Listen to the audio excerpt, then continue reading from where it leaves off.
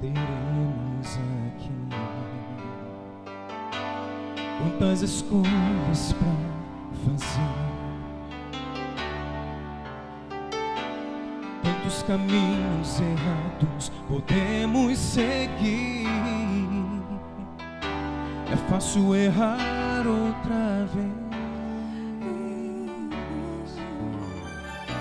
Eu sempre fui livre pra fazer o que eu quis, pois Deus me deixou escolher. Pude aceitar o convite que o mundo me fez,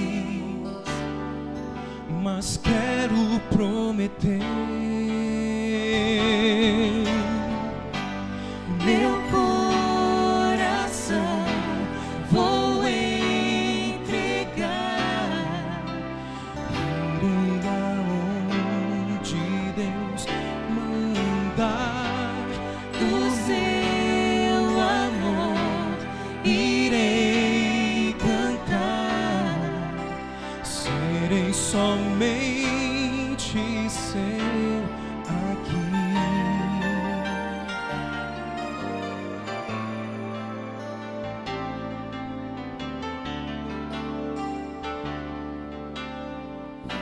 Talvez você pense que é tarde demais, que já não há volta pra você.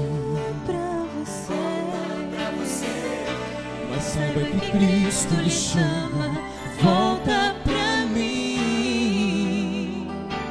Eu quero lhe dar o meu amor.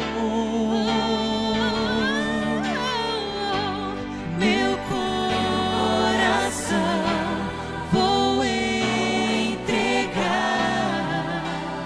Irei aonde Deus mandar. Do seu amor irei cantar. Serei somente seu aqui. Vou sentir brilhar a luz do amor ao seguir o que Deus falar. Quero confiar em meio à dor e pra sempre irei cantar. Meu coração vou entregar.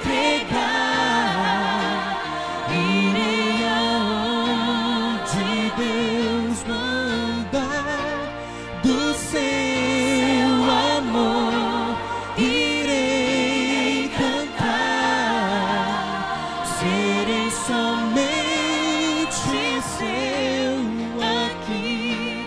Meu coração vou entregar. Irei aonde Deus mandar. Do seu amor irei cantar. Serei somente seu aqui.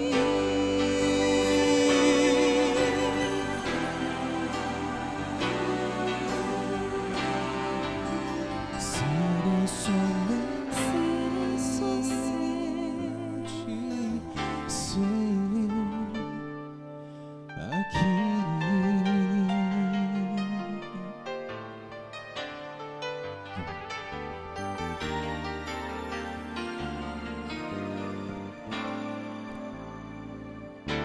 Amém.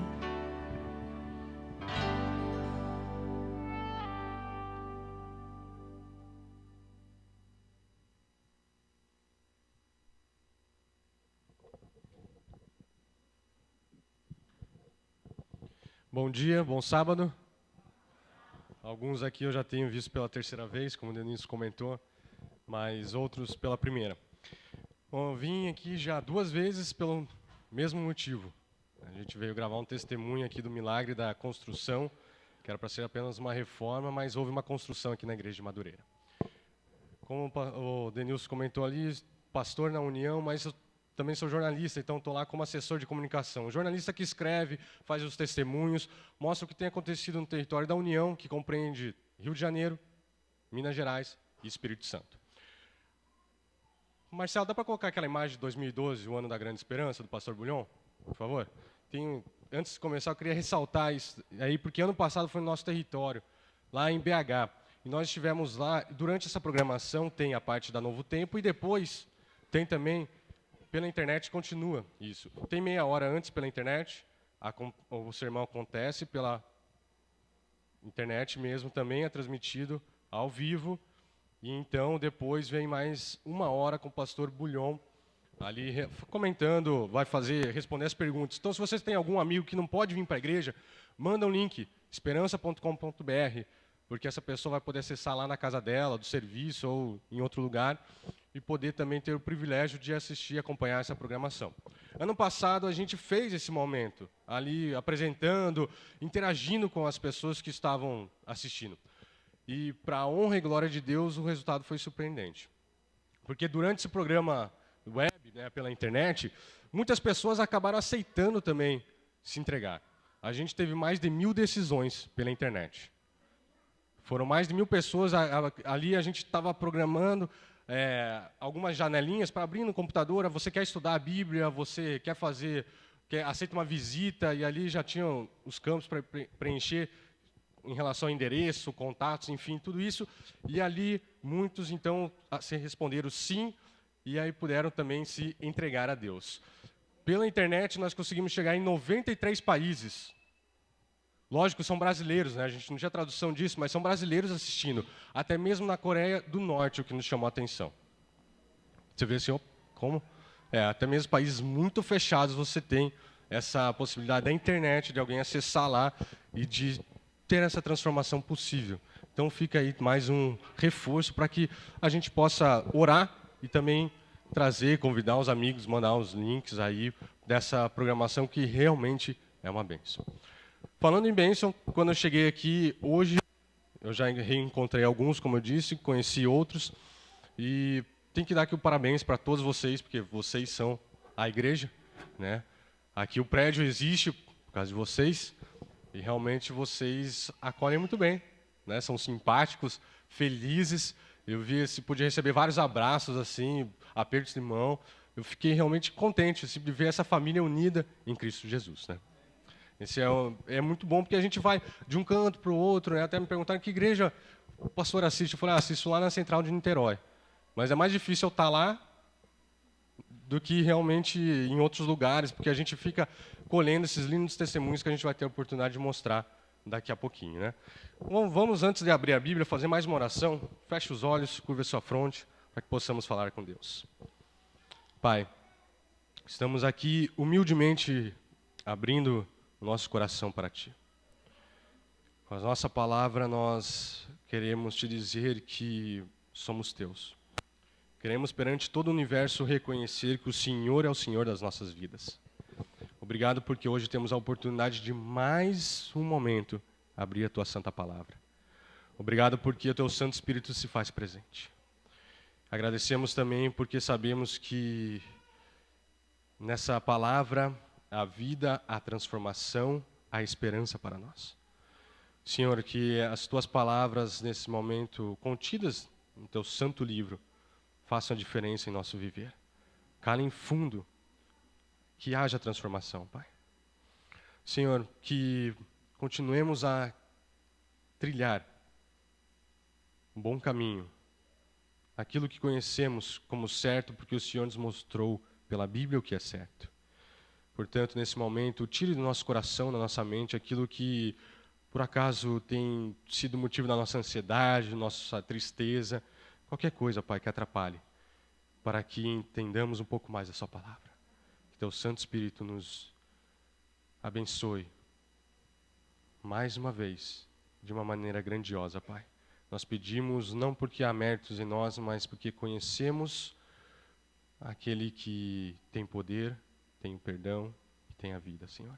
Que é o nosso Senhor e Salvador Jesus Cristo. Amém. Amém. Vamos abrir a nossa Bíblia, então, em Mateus 25.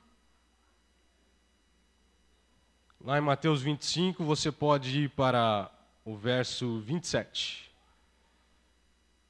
A história é bem conhecida. Mateus 25, o verso 27. Hoje nós estamos aqui no sábado de mordomia, e quando falamos de mordomia, falamos de entregar, né, algumas coisas a Deus. Nosso tempo, nossa mente, nossa disposição, nosso corpo, que é templo do Espírito Santo, enfim, não só a parte financeira, como o testemunho já comentou. Então, a palavra de Deus diz assim, verso 27 de Mateus 25. Devias então ter dado o meu dinheiro aos banqueiros. Aqui está falando o Senhor, que tinha deixado alguns talentos para 3 servos ali.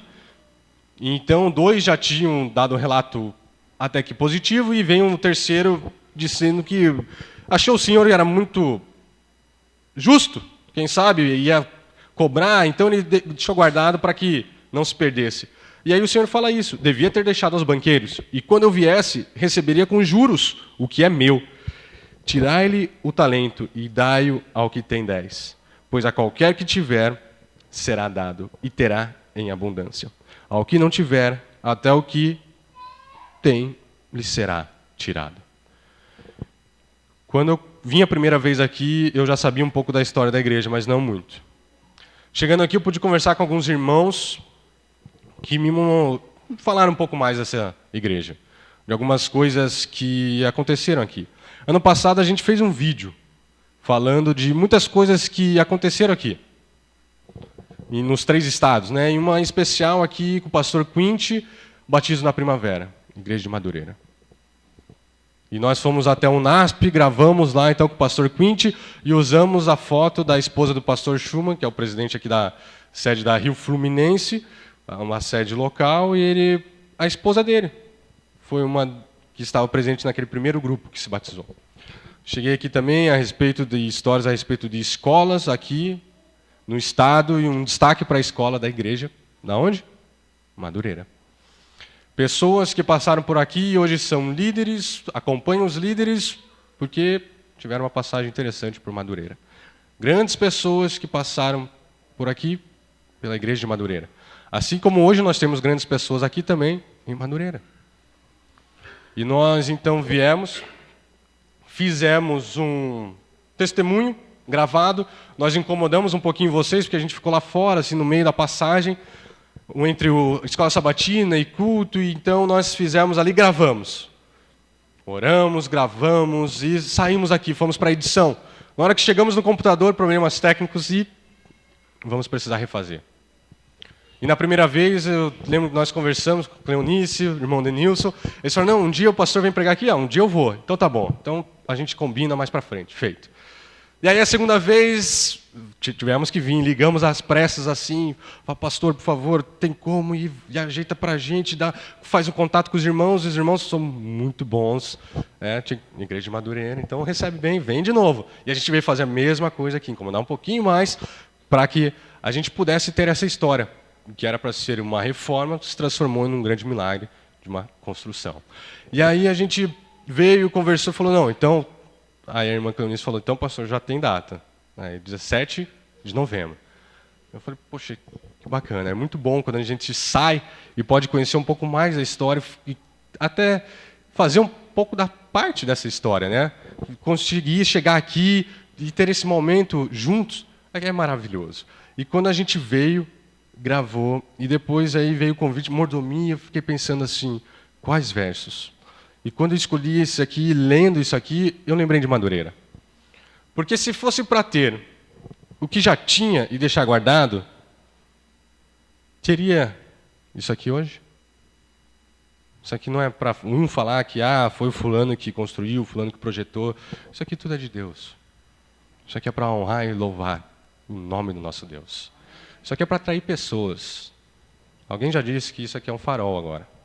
Daqui a pouco vocês vão escutar essas palavras de novo. E o servo, aqui não acontece isso. Porque essa parte aqui o Senhor fala assim, dá para aquele que tem 10. E talvez essa seria a parte de Madureira, do primeiro. Porque logo que eu cheguei aqui, eu escutei isso mais de uma vez, assim, mais de uma pessoa falando, durante tantos anos, durante décadas, nós ajudamos a construir igrejas. A história de Madureira é uma história de plantação de igreja, de levar o evangelho para outras pessoas, para outros lugares e construir igrejas lá. Mas chegou a hora de Madureira também. E foi bem feito. E aí, então, essa parte do servo que diz assim, dá então para aquele que tem 10. Então, essa parte, a parte bonita da história, seria a parte de Madureira, seria a parte de vocês. Seria a parte que nós usamos no testemunho para mostrar o que Deus pode fazer quando há um propósito não só financeiro, mas espiritual, de devolver o que Deus tem dado e também de caminhar um pouco mais, uma segunda, terceira milha em relação a tempo, saúde, enfim, tudo como mordomos de Deus que a gente pode fazer. Marcelo, vamos para o testemunho aqui então, para que a gente possa entender um pouquinho mais de tudo isso que eu comentei.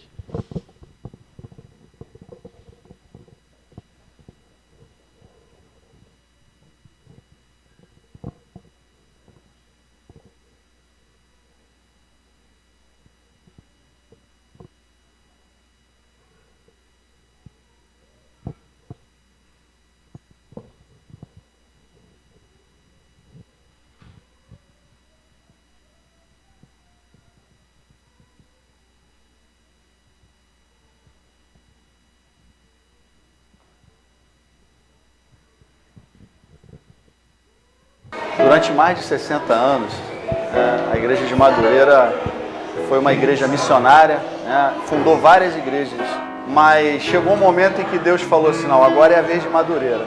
Nosso plano era uma reforma porque nós não tínhamos valor para pensar em construção, né? Então nós pensamos numa reforma, nós tínhamos R$ 1.380, né? Na verdade esse valor não daria nem para começar uma reforma, mas nós começamos uma reforma acreditando que Deus iria nos ajudar. E quando nós começamos a reforma, Deus colocou no nosso coração que não seria mais uma reforma, seria uma construção. Quando a igreja, então, lançou o projeto da construção, veio o projeto Pacto de Amor. E com o projeto Pacto de Amor, a igreja foi motivada e Deus começou a abençoar. E à medida que as pessoas eram abençoadas e a obra, a construção acontecia, mais e mais irmãos se envolviam nesse projeto. E Deus então realizou um grande milagre que nós podemos ver hoje aqui. Depois que foi criado o Pacto do Amor, muitas bênçãos têm sido derramadas sobre aqueles irmãos que participam, principalmente nessa fase da construção da igreja. Foi uma coisa assim maravilhosa, um verdadeiro milagre que Deus nos concedeu. A obra, ela demorou quase 4 anos, mas é mais de 1 milhão essa obra. Ela ficou mais de 1 milhão. Como tesoureira da Igreja de Madureira, eu tenho a alegria, né, de participar e de ver quantas bênçãos o Senhor tem derramado sobre todos os irmãos que são dizimistas, que contribuem, principalmente os pactuantes, o Pacto de Amor. A Igreja de Madureira, quando ela ficou pronta, terminada, ela passou a ser um farol aqui. Pessoas passam e a curiosidade de ver um templo tão bonito do lado de fora, elas entram para ver como é do lado de dentro, começam a ouvir a palavra de Deus, né? E muitas pessoas elas têm vindo à igreja, né, por curiosidade para ver como ela é por dentro e acabam ficando assistindo o culto e nós damos estudos para algumas dessas pessoas, né, alguns vizinhos até da igreja que nunca entraram aqui e agora entram para ver como é. E a gente tem a oportunidade de falar do amor de Deus e da transformação na nossa vida, né, e na vida de todos os membros da igreja.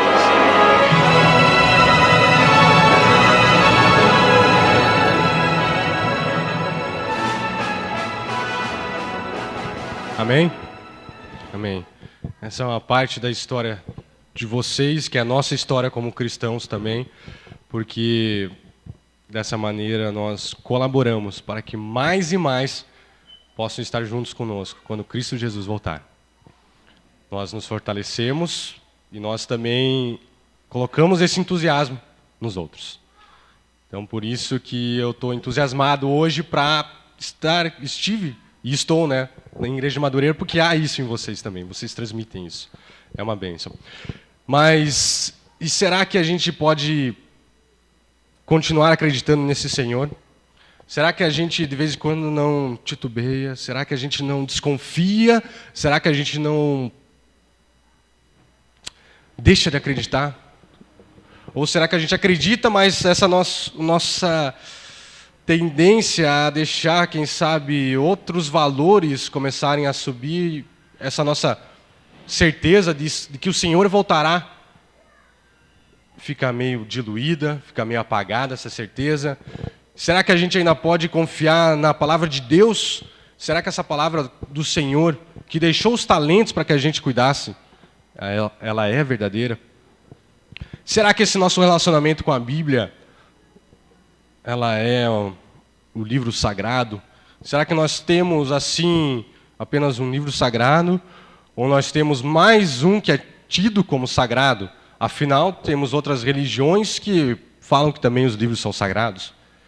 Mas será que a Igreja Adventista do Sétimo Dia é aquela que guarda os mandamentos e tem o testemunho de Jesus?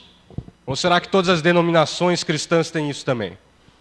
Será que nós, como mordomos, estamos guardando realmente o nosso tempo, o nosso estudo da palavra de maneira correta, para compreender quem é o Senhor e Salvador?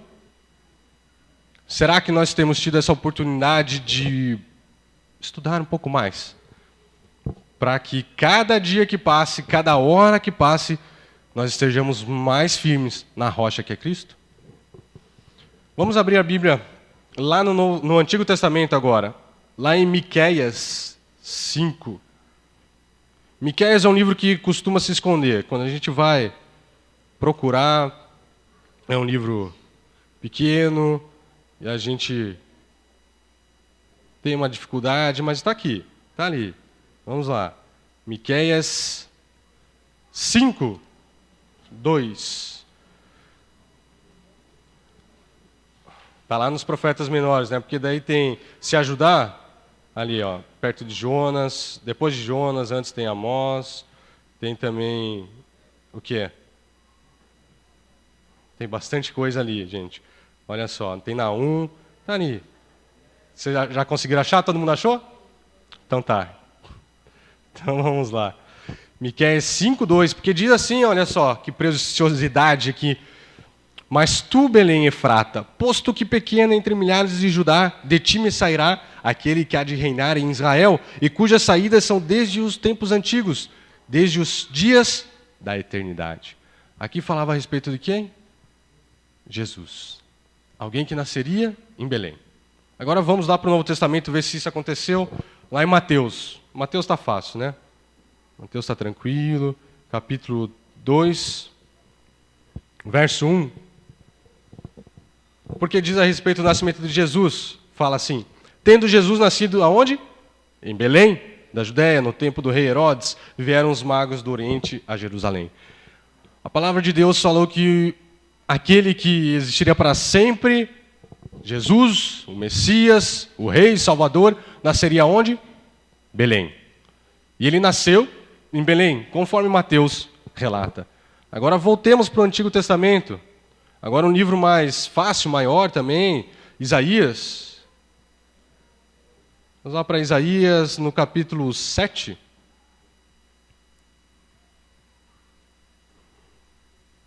Logo no início do livro. Capítulo 7 de Isaías, verso 14, diz assim: portanto, o mesmo Senhor vos dará um sinal. A virgem conceberá e dará à luz um filho, e será o seu nome Emanuel, que significa Deus conosco. Mateus 1, 18. Vamos lá. A gente vai usar bastante a Bíblia aqui para que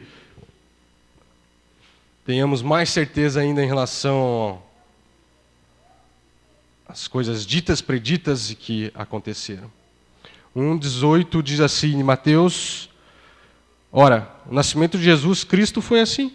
Estando Maria, sua mãe, desposada com José, antes que coabitassem, achou-se grávida pelo Espírito Santo. A virgem concebeu. Aconteceu. Isaías 50, vamos voltar lá para o Antigo Testamento. Isaías 50, no verso 6. E aqui a gente vai ver a última profecia que se cumpriu em relação ao tão esperado Messias. Mas isso é por causa do nosso tempo. A gente poderia ver outras, mas vamos então nessas. Isaías 50, verso 6 diz: as minhas costas dei ao que me feriam, as minhas faces ao que me arrancava os cabelos. Não escondi a minha face dos que me afrontavam e me cuspiam. Vamos voltar para Mateus. Finalzinho de Mateus agora. Mateus 26. Mateus 26, o verso 67 e 68. Porque diz assim: então uns cuspiram-lhe no rosto e lhe davam murros, e outros o esbofeteavam, dizendo: profetiza-nos, ó Cristo, quem foi que te bateu? Aconteceu? Aconteceu. Cuspiram em Jesus ali, essa narrativa, quando Jesus já estava perante o Sinédrio ali, tendo a sua morte já como garantia. João 19. Em João 19, nós vamos agora de 1 a 3. Mais um relato em relação aos capítulos anteriores da morte de Jesus. Capítulo 19 de João diz assim: então Pilatos tomou a Jesus e mandou açoitá-lo. Os soldados teceram uma coroa de espinhos, puseram-na em sua cabeça e vestiram-no com um manto de púrpura. Se nós falássemos a respeito das profecias sobre Messias, nós teríamos mais de 30 profecias, facilmente, que a gente poderia falar no Antigo Testamento e no Novo Testamento. Mais de 30, rapidamente. Engraçado que, para alguns, isso começa a colocar dúvida, porque entre o Antigo Testamento e o Novo Testamento há um período de 400 anos. 400 anos em que ali eles chamam de era de silêncio. Quer dizer que Deus então não falou mais com os seus, não houve escritos, não houve mais manifestação divina, nada. 400 anos de silêncio, o povo estava acostumado com profetas que vinham e falavam: esse é o livro, vamos aqui, vamos abrir o rolo, porque isso foi escrito há pouco tempo, vamos ler. Eles conviveram com aqueles que escreveram isso também. E agora tem esse período de 400 anos de silêncio. Mas durante esses 400 anos, muitas coisas aconteceram. O que é tido como período de silêncio, hoje nós estudamos como um período muito importante, com várias profecias, com várias guerras, conflitos, disputas, que hoje nos interessam, e a gente consegue marcar alguns pontos de transição em relação a períodos proféticos, por causa disso. Então, durante os 400 anos tidos como de silêncio, houveram guerras, revoltas, enfim, muitos conflitos que são importantes. E Deus continuou atuando. Deus continuou atuando. Mas será que a Bíblia, com tantos autores, essa diferença de anos, será que ela é relevante hoje ainda quando se diz: vou estudar a Bíblia com alguém, e essa pessoa pergunta assim: peraí, eu não acredito na Bíblia, como é que você vai me convencer que eu posso estudar esse livro? Como é que eu vou acreditar que esse livro não é fábula? Então é interessante que Deus, muitas coisas pela fé e outras pela razão, também coloca algumas situações interessantes.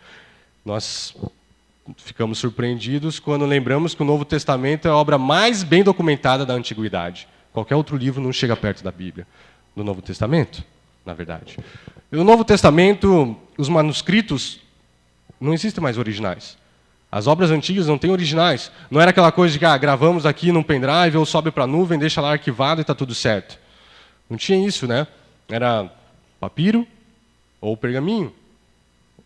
Vegetal, animal, se perdia com o tempo.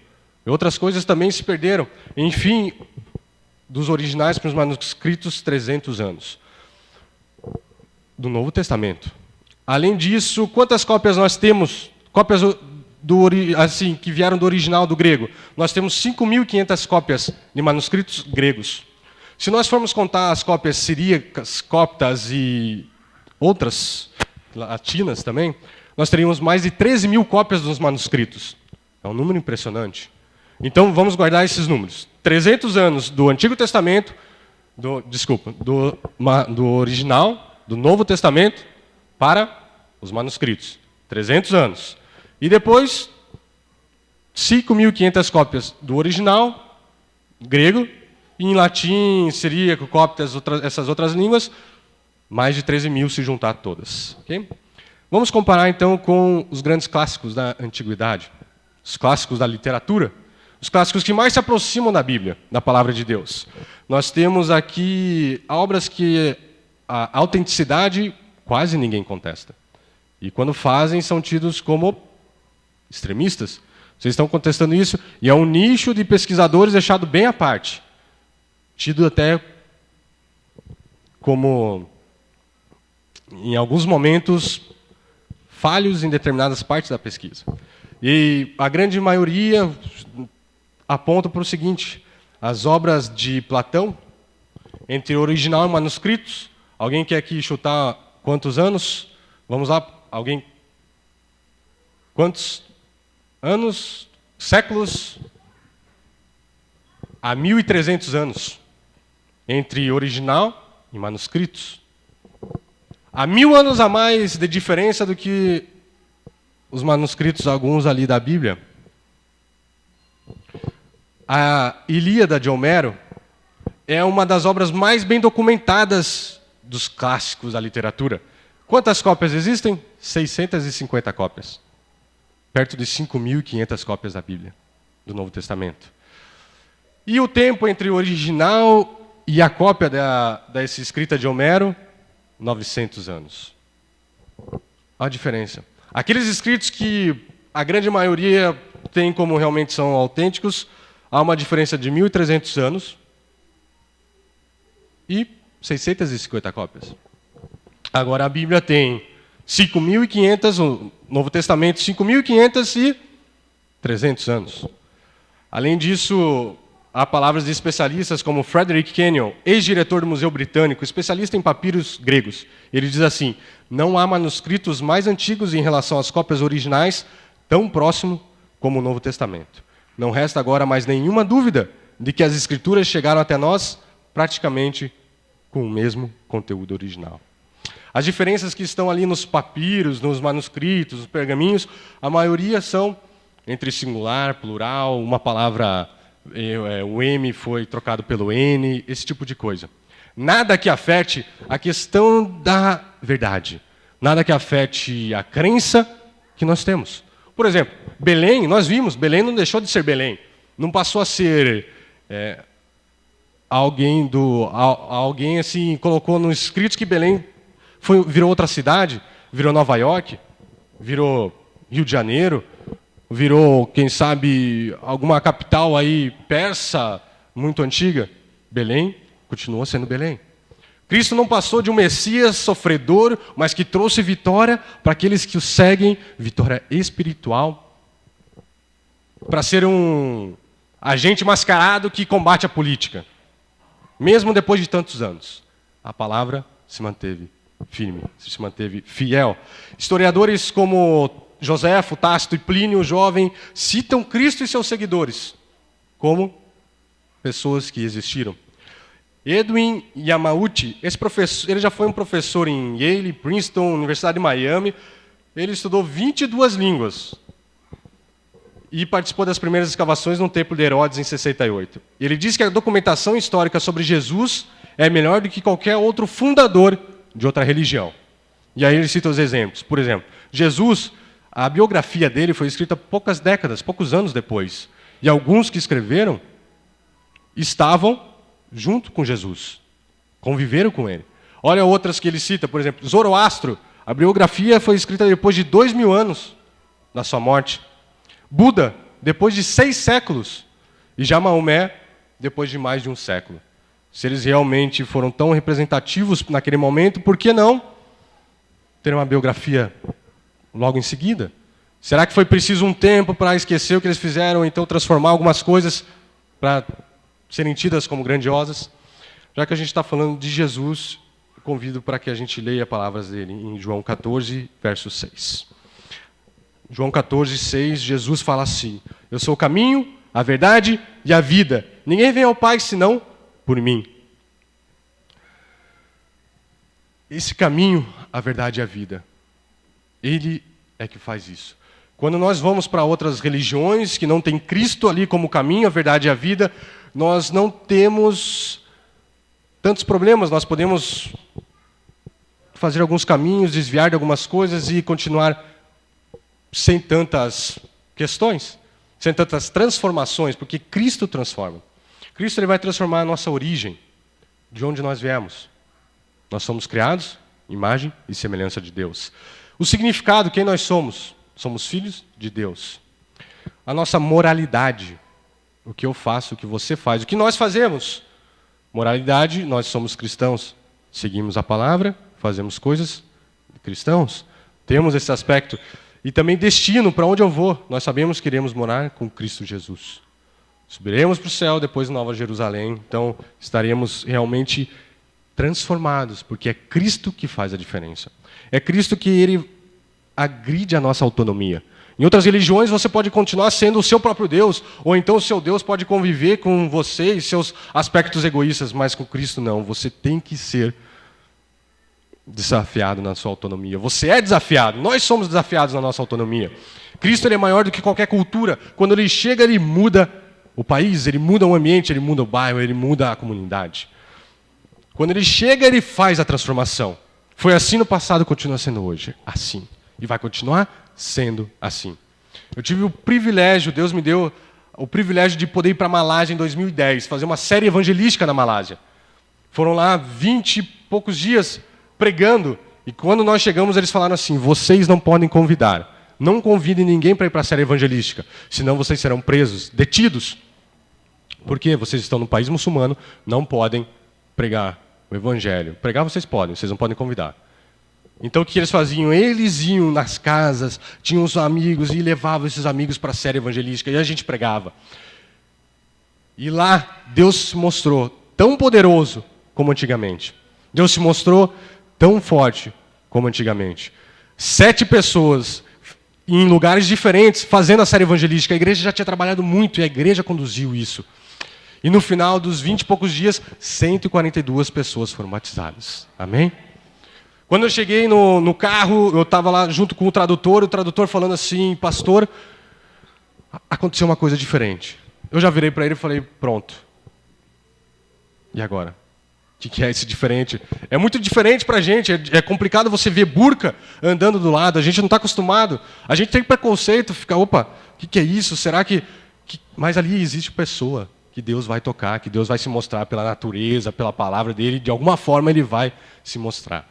E ali, o tradutor disse, pastor, a gente vai ter o privilégio de batizar 2 pessoas de famílias muçulmanas. Isso é impressionante. E as famílias, então, tinham que dar um aval bem complicado. As Bíblias lá têm um carimbo que diz assim, para uso exclusivo de não muçulmanos, quando as Bíblias são feitas lá. Mas Deus está lá, por meio do caminho que é Cristo, maior do que qualquer cultura, toca as pessoas, mesmo com repressão, mesmo com pessoas tendo que se mudar muitas vezes, perseguidas, elas aceitam a Deus e se convertem. Passam a ser também mordomos de Deus, em situações complicadíssimas. Daí para a gente fica esse ensinamento, que a gente precisa ainda mais lembrar de orar por eles e lembrar de atuar em um país que a gente tem facilidade para atuar, para conversar a respeito de Deus.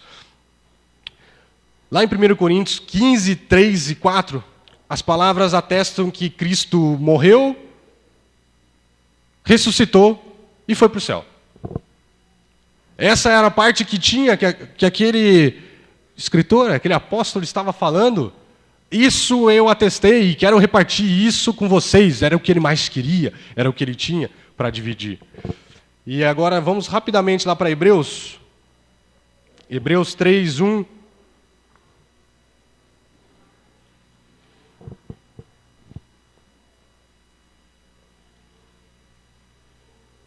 Que diz assim, Hebreus 3:1, pelo que, santos irmãos, participantes da vocação celestial, considerai a Jesus, o apóstolo e sumo sacerdote de nossa confissão. Cristo vem. Cristo vence na cruz por nós.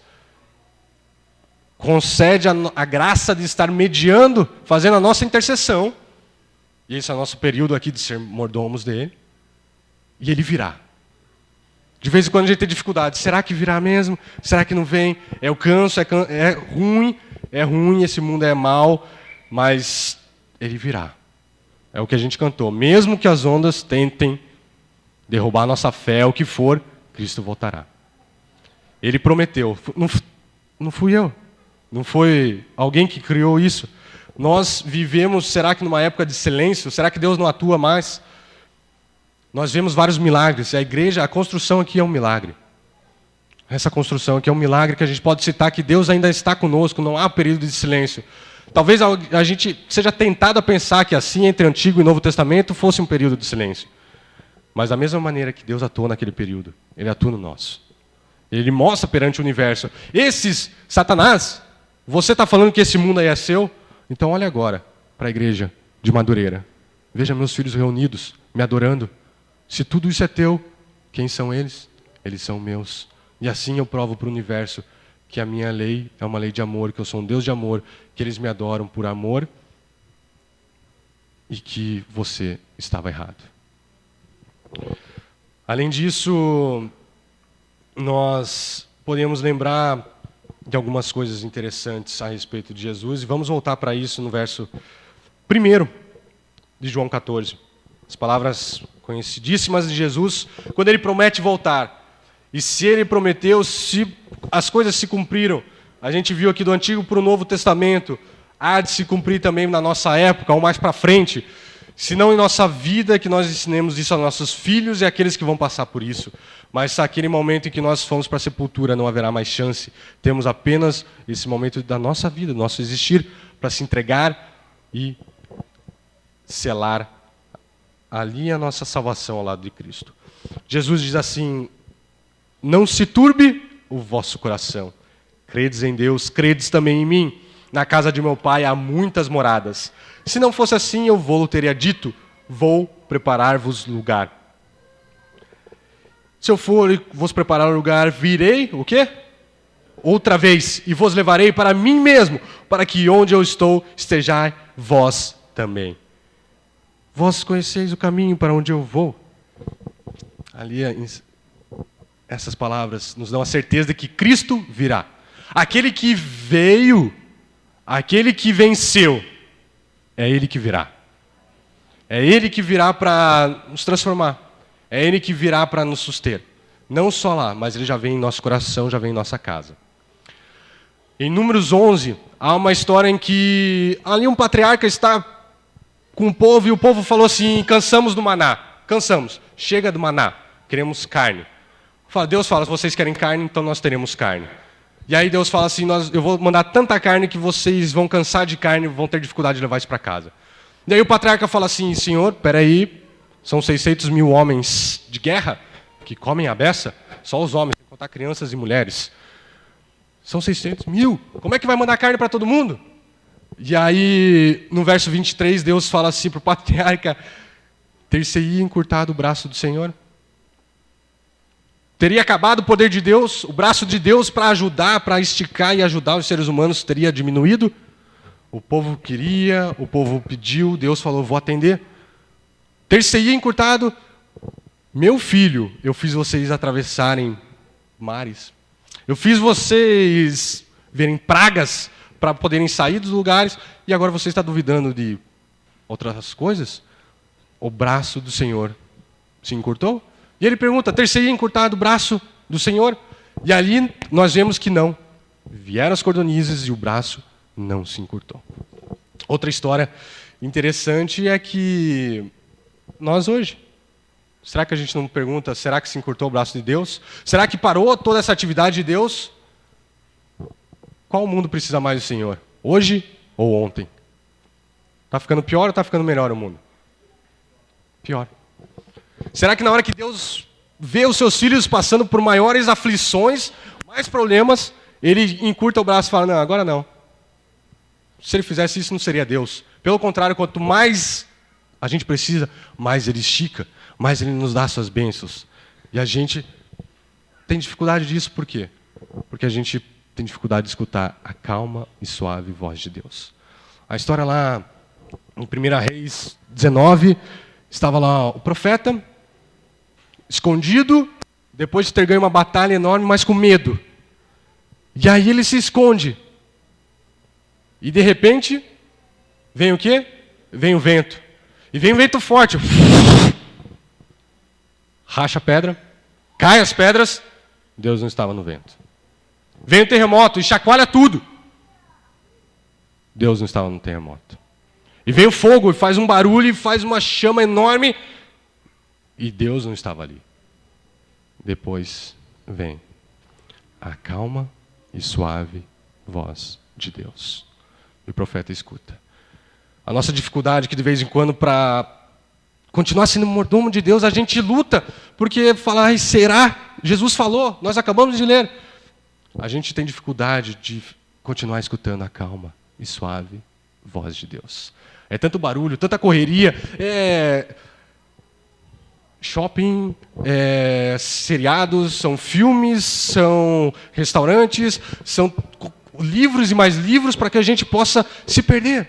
E para que a gente possa, então, deixar de ouvir a calma e suave voz de Deus. Não é difícil? No meio de tanta barulho, tanta agitação, de repente a gente chega e fala, nossa, eu estou aqui seguindo no Twitter, será que vai abrir? Deus vai mandar aqui um tweet, vai criar uma conta que não existe para poder falar comigo? Pode ser. Mas será que ele já não deixa coisa suficiente na sua palavra? As promessas também suficientes para que ele realmente estaria conosco? Em 1 Reis 19, verso 12, o profeta escuta a calma e suave voz de Deus. A voz que a gente precisa escutar. Cada um aqui sabe como consegue escutar o seu horário, as suas dificuldades, para isso, o que precisa ser feito. Deus nos ajuda com isso. Sabe que Paulo ele escreveu aquele povo que vivia em Atenas, lá em Atos 17, ele fala que Deus não estava longe. Pelo contrário, Deus estava perto. E hoje ele continua perto. E hoje ele continua conosco. E hoje só há sentido de tudo isso aqui feito em adoração ao nome dele, se ele realmente existe. E se a gente acredita e vive conforme ele quer. Mas o que ele quer? Ele espera que a gente ande de mãos dadas com ele. Afinal, ele não falou, ter-se-ia encurtado o braço do Senhor, é uma pergunta, tanto para o patriarca quanto para a gente.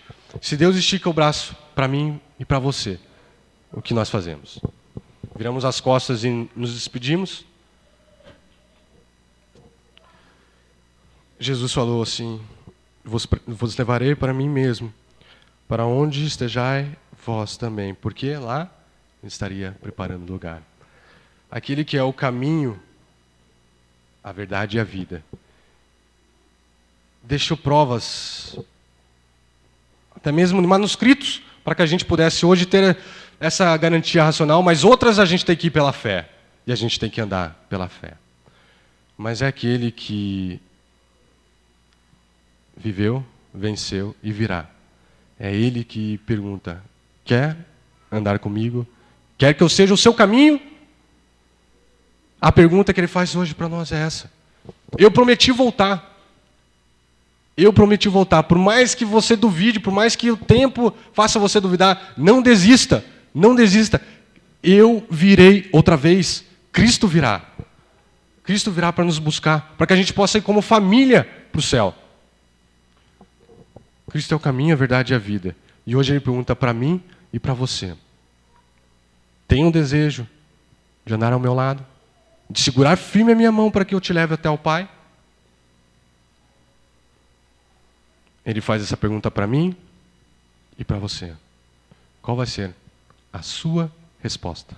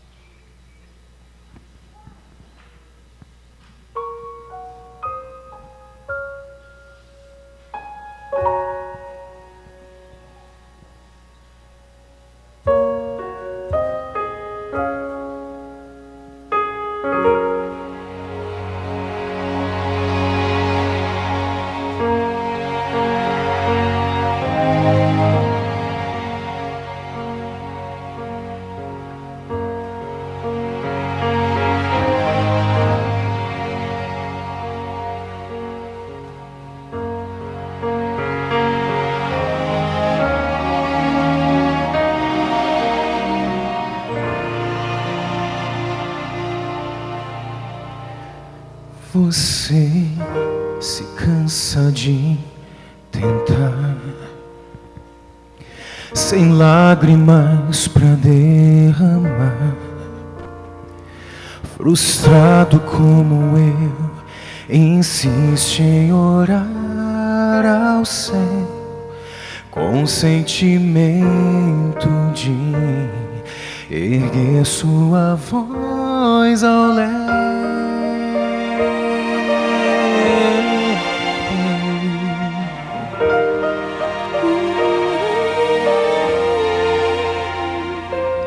Lá dentro a fé que agoniza, razão clamando por justiça, efeito da dor que cega o seu olhar e que apaga a cor de um sonho a desmoronar.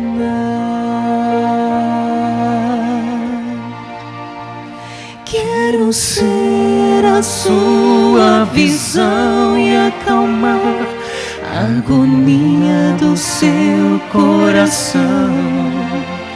Quero ser o reflexo, polir e cantar suavemente pra você dormir. Quero ser sua motivação e manter a união entre a vida e a paz. Quero apenas ser o Deus que tudo faz.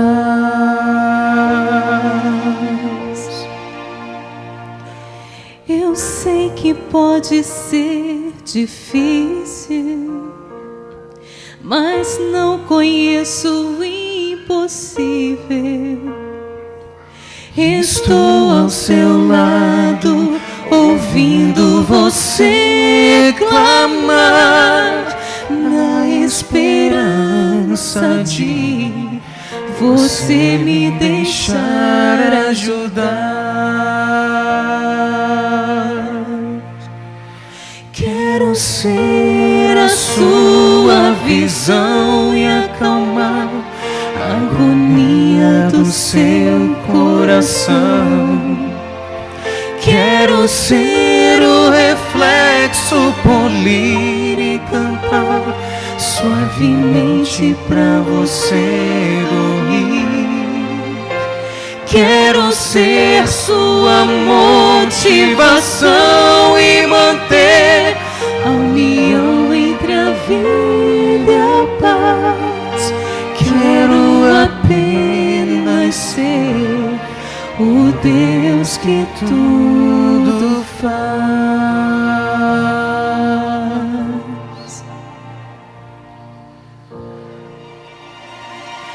Só quero ser seu Deus.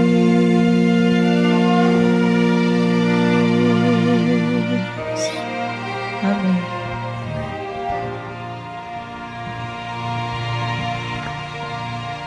Vamos ficar em pé e orar.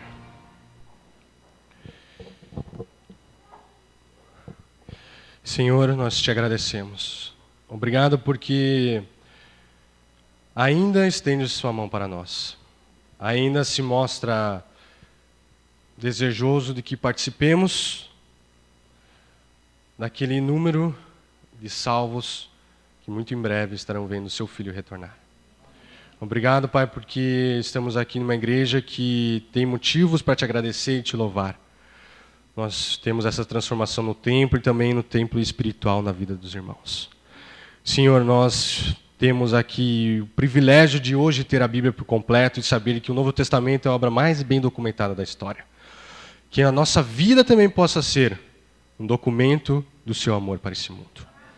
Senhor, entregamos sim a nossa vida, o nosso tempo, o nosso dinheiro, tudo que nós temos e somos para Ti. Renova nosso ser, renova nosso compromisso contigo e que a nossa aliança, Pai, possa ser motivo de alegria para nós, sustento para a nossa família e luz para aqueles que ainda não te conhecem. Sê conosco, Pai, despede-nos em paz. Fica aqui com cada família representada também. Em nome e por amor de Jesus, nós agradecemos, pedimos. Amém.